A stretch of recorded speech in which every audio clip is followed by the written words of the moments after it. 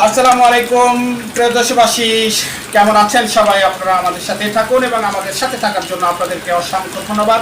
আপনারা দেখতে থাকুন chef Shipon MH YouTube channel.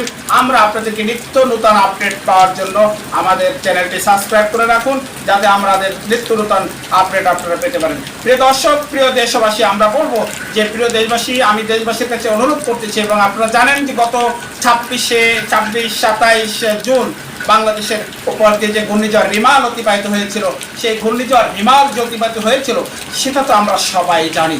আসলে এই ঘূর্ণিঝড় রিমালটাকে যে আসলে আমাদের বাংলাদেশে যে ক্ষতিগ্রস্ত হয়ে গেছিল, বাংলাদেশে যে ক্ষতি হয়েছিল, যে ক্ষতিগ্রস্ত করেছিল, সেই ক্ষতির ঘা কি আজও কি আমরা শুকাইতে পেরেছি?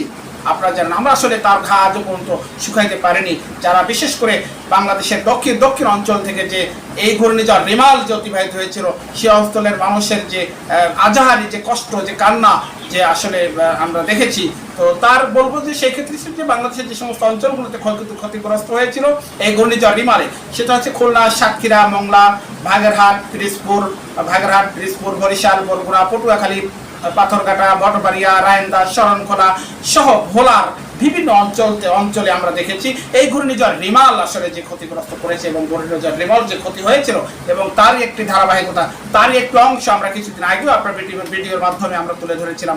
বিশেষ করে আমি যে আসলে ঘূর্ণিঝড় রিমেলের যে ভয়াবহতা যে আমি নিজে বাস্তবে যে মুখোমুখি হয়েছিলাম প্রিয় দর্শক, আর আজ আমি তারই ধারাবাহিকতা আজকে আরেকটা নিউজ আপনাদেরকে দিতে চাচ্ছি। সেটা হচ্ছে যে আটলান্টিক মহাসাগরে ইতিমধ্যে ঘূর্ণিঝড় বেরিলা নামে একটি ঘূর্ণিঝড় সৃষ্টি হয়েছে।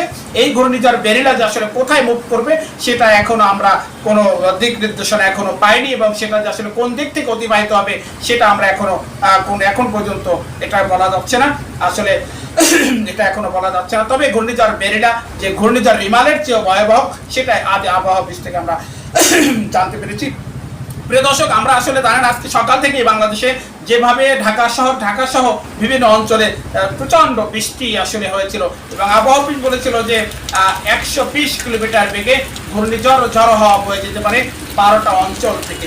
আসলে কি এই 12টা অঞ্চল যে ঘূর্ণিঝড় যে ঝড়ো হওয়া বয়ে যাবে, আসলে এই আবহাওয়া যে আমাদেরকে যে সিগন্যালটা দিয়েছেন, যে সতর্কবার্তা দিয়েছে, এই সতর্কবার্তা কি আসলে এই ঘূর্ণিঝড় বেরিলার কোনো সতর্ক কিনা আসলে এটা আমাদের জানা নাই। আর সেই পর্যন্ত আপনারা পরবর্তী আপডেট পাওয়ার আগ পর্যন্ত সঙ্গে থাকুন এবং আমাদের সাথে থাকুন, এবং আমার এই ইউটিউব চ্যানেলটা অবশ্যই আপনারা সাবস্ক্রাইব করবেন এবং সাবস্ক্রাইব করে সাথে থাকার জন্য আপনাদেরকে বিরতিভাবে অনুরোধ করছি, এবং নিত্য নতুন খবর পেতে আমাদের চ্যানেলের সাথে থাকুন।